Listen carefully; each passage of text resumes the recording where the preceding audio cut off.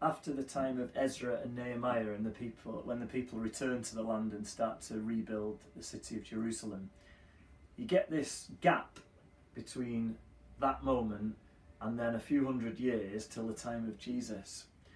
And during that time, the people have wrestled with this issue of, it seemed like God allowed them to return to their land, and yet they're oppressed by whichever empire is in charge at that time. They've never been truly free. So whether it's the Syrians or the Babylonians or the Persians or the Greeks, and then there was a short time of about 80 years around 143 BC when around the time of the Maccabees, when they had a sense of independence and their own rule. But then the Romans came along in about 63 BC, and so they've had this issue of, we're back in the land, but it's not like it was. It's not like it should be. It's like God is not king here on earth as he is in heaven. When will that happen? And so you've got these centuries of wrestling with this, and what is the answer? How can we see God rule? How can we be free of our oppressors? And so the people have basically formed different groups with different answers to this issue. And a number of them are mentioned in the New Testament in the Bible. And it's a bit like, I guess, in some ways, how you have different Christian denominations, Baptists and Methodists and Anglicans and Pentecostals, and they all have a different emphasis of what we should be focusing on and what is at the heart of our faith. And it was a little bit like that then. All of these groups, most of whom that are mentioned in the New Testament, had different answers really about what should we as a country be doing. And so you had like the Sadducees, they're one group that are mentioned. The Sadducees were the ultra-conservative ones. They were the and their answer, I guess, to the issue of what should we do, what's the answer to the problem that we've got of being oppressed and not seeing God at work as we should do in our country. Their idea was that it was to get as much power as they could, to have as much influence as they could. So they would very much try to work with and to compromise with the Romans, and they were also an ultra-conservative group, the Sadducees. So they only accepted the first 5 books of the Old Testament, the books of Moses. They didn't believe in the resurrection of the dead. And so they were a very conservative group in that way, and quite a small group actually, but very influential and very powerful. Now it's interesting with all the groups to think, what would their reaction to Jesus be? When this guy comes along and he says, the kingdom of God is here, the kingdom of God is near, it's within reach. And he gathers all of these people, thousands of people will come to some of his gatherings that he's doing to hear him teach and to see him heal people and to try and get to see him and speak to him and perhaps be healed by him. And so he's gathering these huge crowds and he's talking about the kingdom of God. And this is the thing that all of the people are desperate to see. They want to see the kingdom of God. And so imagine what the Sadducees think. Perhaps they think, not another one who's stirring up trouble. Because once you start talking about a different kingdom and you're oppressed by an empire, that empire, the leaders of that empire, do not want to hear about another kingdom because it's all about their kingdom. And so Jesus would have been a threat in that way to the Sadducees. Obviously his emphasis on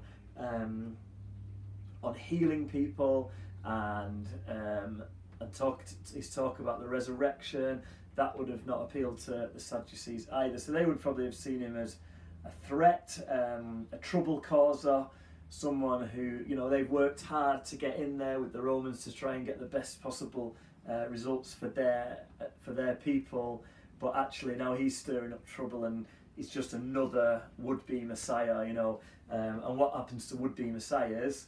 They get killed. The Romans or whoever is in charge at the time kill him. And then we realise that they're not really the Messiah, they're just a very naughty boy.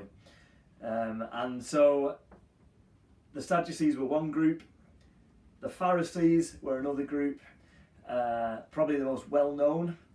Jesus talks about them a lot. Jesus has some pretty harsh words for the Pharisees. And because of that, Christians often see them as really bad people and kind of the bad guys of the whole thing. Now, the thing is that's really important to note is that the Pharisees were fairly well thought of in general by the people of the time. There was probably about 6,000 of them at the time of Jesus, that's one estimate. And they were a national group, and they were basically professional Bible scholars. So they spent their lives trying to understand and teach the Bible. And their answer, their response to the problem of being oppressed and not being free and God's kingdom not being seen on earth as it is in heaven was, if we could only fully obey the law of God, if we could follow it to the letter, then we would find freedom. Then the problem that we've got is that we're disobeying the law. And so they devoted their lives to trying to explain to people exactly how to follow the law.